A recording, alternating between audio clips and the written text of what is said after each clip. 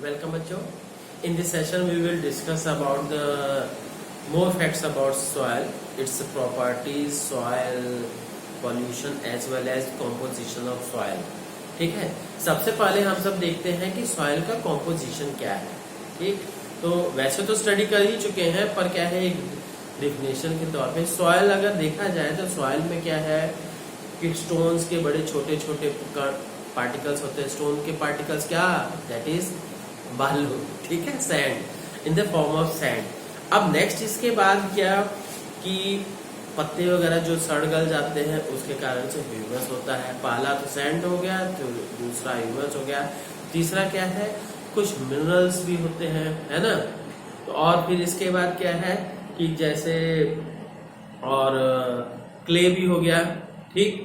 और फिर इसके बाद हम बात करते हैं क्या लिविंग ऑर्गेनिज्म भी. अगर सॉइल में देखोगे कुछ कई लिविंग ऑर्गेनिज्म जैसे बैक्टीरिया वगैरह भी होता है. फिर प्लांट रूट्स, पेड़ों की जड़ें, घास वगैरह. कहीं भी आप अच्छी खासी मिट्टी डाल दीजिएगा, साल क्या है 2 महीना भर पानी बढ़िया से देते रहिए, सिंचाई हो जाएगी तो आप ऑब्जर्व करिएगा उसके ऊपर भी घास होगा है, जबकि घास का एक दाना नहीं था, क्योंकि उसके अंदर थोड़ी थोड़ी सी ये सब जड़ें रहती ही है.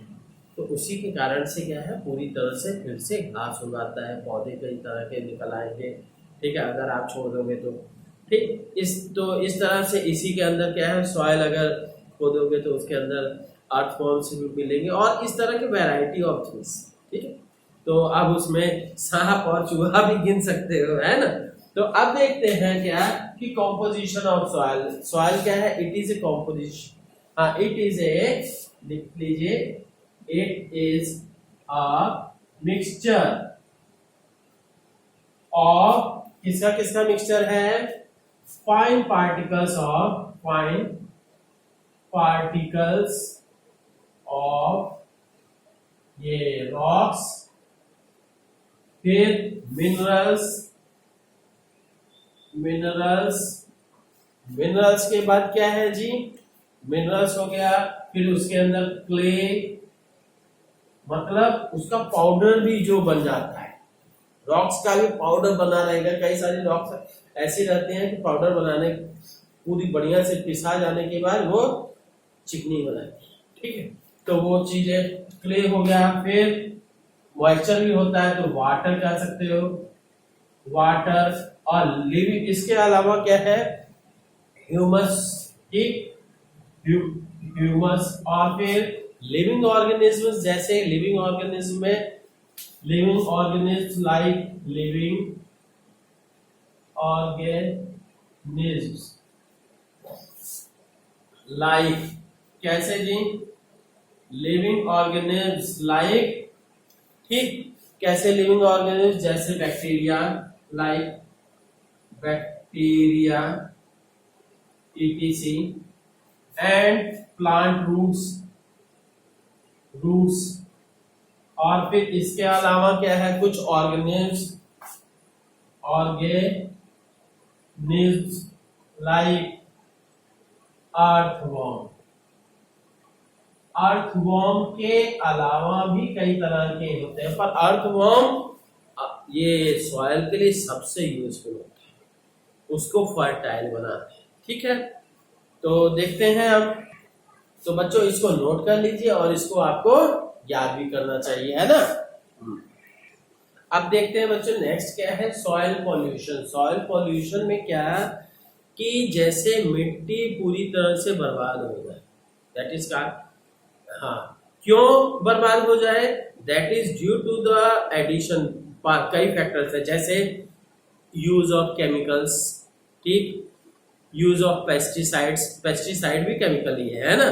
तो वो, और फिर नेक्स्ट क्या है, हाँ, तो यूज ऑफ पेस्टिसाइड्स. और फिर इसके बाद हम ये कह सकते हैं कि पॉलीथीन जो है, तो इससे दिक्कत क्या आती है, इससे क्या है कि ये जो पूरी तरह से अर्थ के अंदर जो सॉइल के अंदर जो है माइक्रो ऑर्गेनिज्म को ये डिस्ट्रॉय कर देती है, जिससे अब माइक्रो ऑर्गेनिज्म ही क्या करते हैं माइक्रो ऑर्गेनिज्म ही और जो सॉइल को फर्टाइल बनाते हैं, और वो खत्म हो गए तो सॉइल पूरी तरह से बेकार, और उस सॉइल का क्या है, बस खाली कचरे का ढेर आ जाता है। ठीक, उसमें कुछ भी उगाओगे बहुत मतलब मेहनत करनी पड़ेगी उगाने के लिए। तो इसको बचाने के लिए हमें क्या करना चाहिए कि पहला, पेस्टिसाइड्स को नहीं यूज कीजिए, कम से कम यूज कीजिए, minimum use of chemicals and pesticides.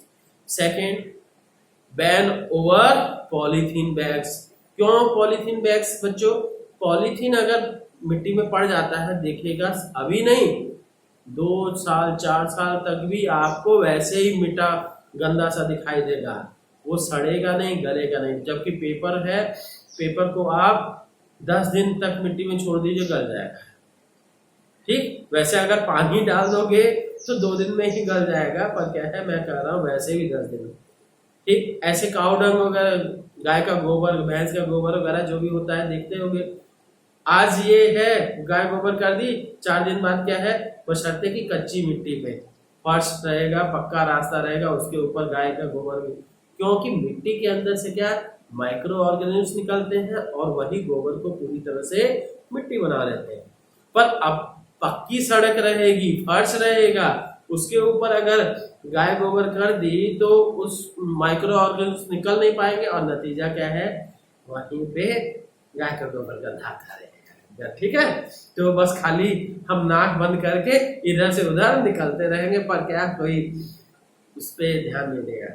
ठीक है, ध्यान क्या देगा, उठा के थोड़ा करेगा और अपने आप ही सूख जाएगा। ठीक है बच्चों, पर क्या है, हमें ये शहरों में सबसे बड़ी समस्या है कि लोग क्या है, गाय वगैरह रखते तो हैं, पर क्या है, गाय के बच्चे को घर में रख लिए और दिन भर गाय पूरे शहर में सड़कों पे खाई, कचरा खाई, कुछ भी खाई, शाम को आके सुबह शाम वो गाय लगा लिए, दूध निकाल लिया, फिर छोड़ दिए, ले जाओ गौ माता, है ना।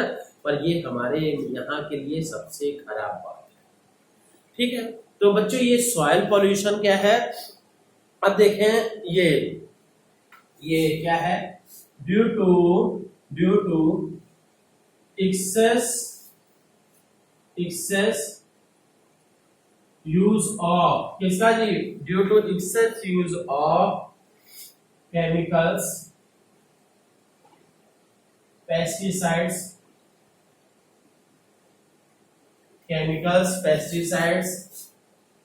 ठीक, एंड और क्या जी, ये अनट्रीटेड, क्या चीज, अनट्रीटेड फैक्ट्री वेस्ट,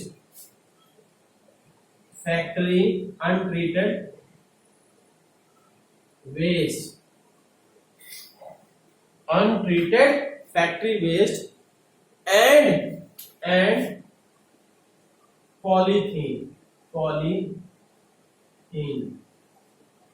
ये bags, the quality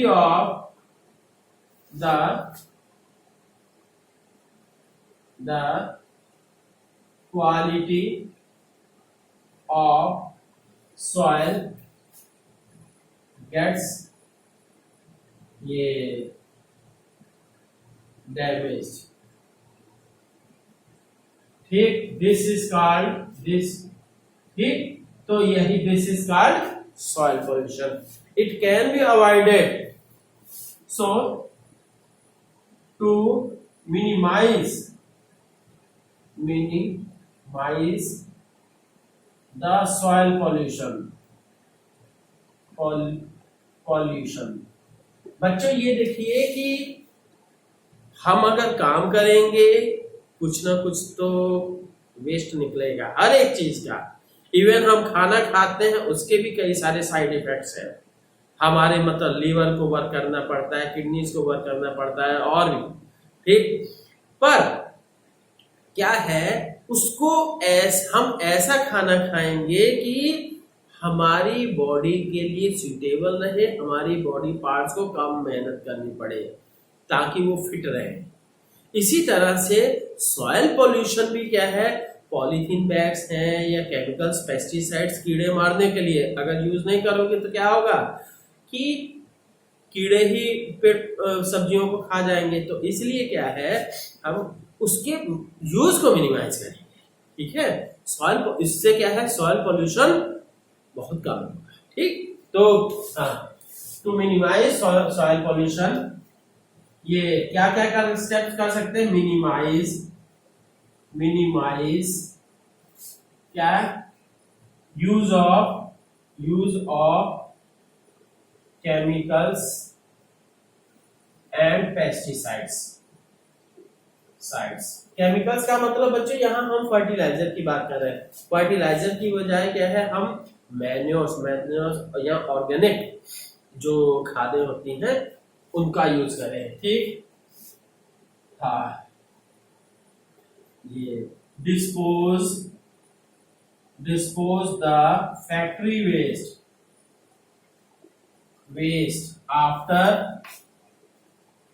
after treating. ठीक, फैक्ट्री वेस्ट को ट्रीट करने के बाद एसिडिक बेसिक ना रहे कि हाँ जाए पूरी सॉइल के कीड़े मकोड़ों को खत्म कर दे और सारी प्रॉब्लम कर दे। पानी में नदी में गए तो वहां मछलियां मार देगा। ठीक है, और फिर इसके बाद क्या कि ban over polythene bags. Is that clear? Polythene bags के ऊपर बैन होना चाहिए। क्लियर बच्चों? तो ये ध्यान रखिए। तो इस तरह से, और अब देखते हैं बच्चों की सॉइल एंड क्रॉप, कौन सी, छोटा सा टॉपिक है कि कौन सी सॉइल में कैसे पौधे लगते हैं, कैसी खेती होती है। ठीक है, तो जैसे क्या है, ये अखरोट वगैरह पहाड़ों पे ही लगते हैं।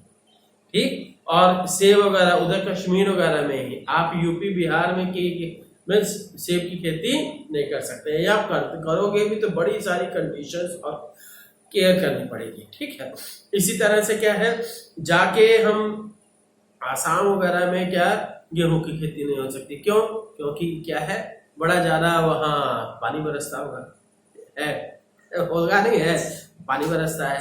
या इसी तरह से और भी, जहां ज्यादा पानी बरसता है वहां की मिट्टी का नेचर अलग होगा, जहां कम पानी बरसता है वहां की मिट्टी का नेचर अलग होता है।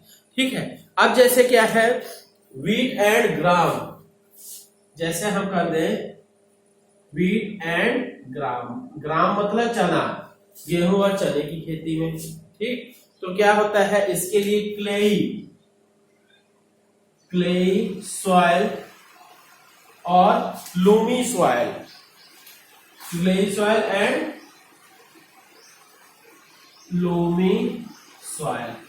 तो क्या होता है कि यहाँ पे ये जो मिट्टी की क्वालिटी है, क्लेई सॉइल अपने अंदर क्या है, मॉइस्चर को एब्जॉर्ब रखता है।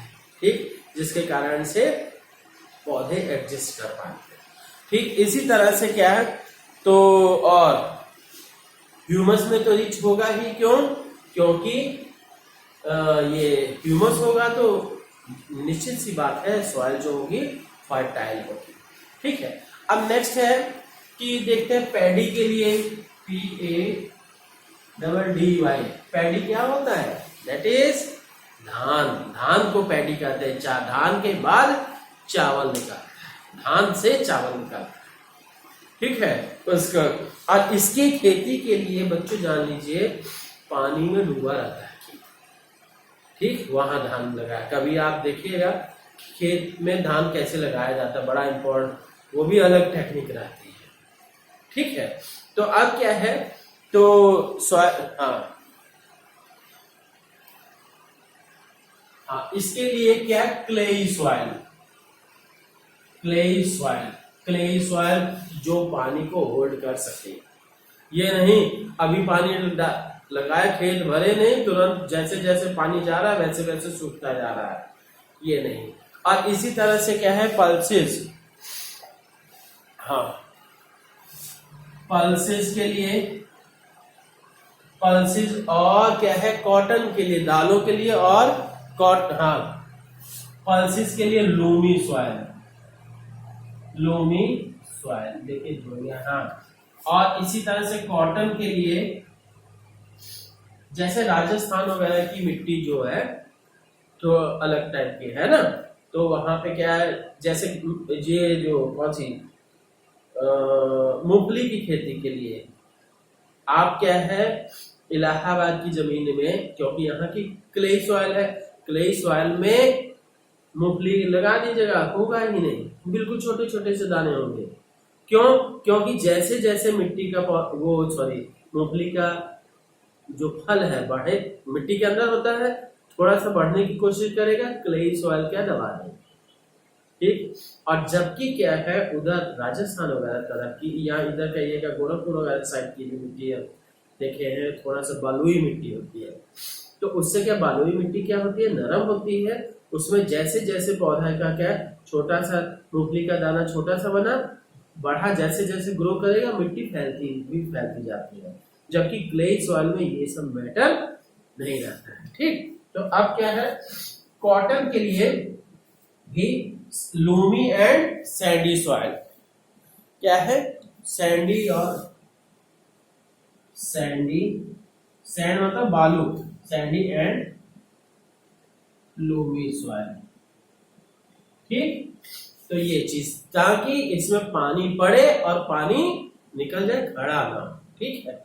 तो इस तरह से बच्चों ये है, आप मैक्सिमम क्या है स्टडी करोगे कि मिट्टी और उसके सॉइल और उससे क्रॉप्स क्या है, तो ये तो ज्योग्राफी का मैटर हो गया, हमारे फिजिक्स में, सॉरी साइंस में केवल इतना ही, ठीक है। Okay, thank you.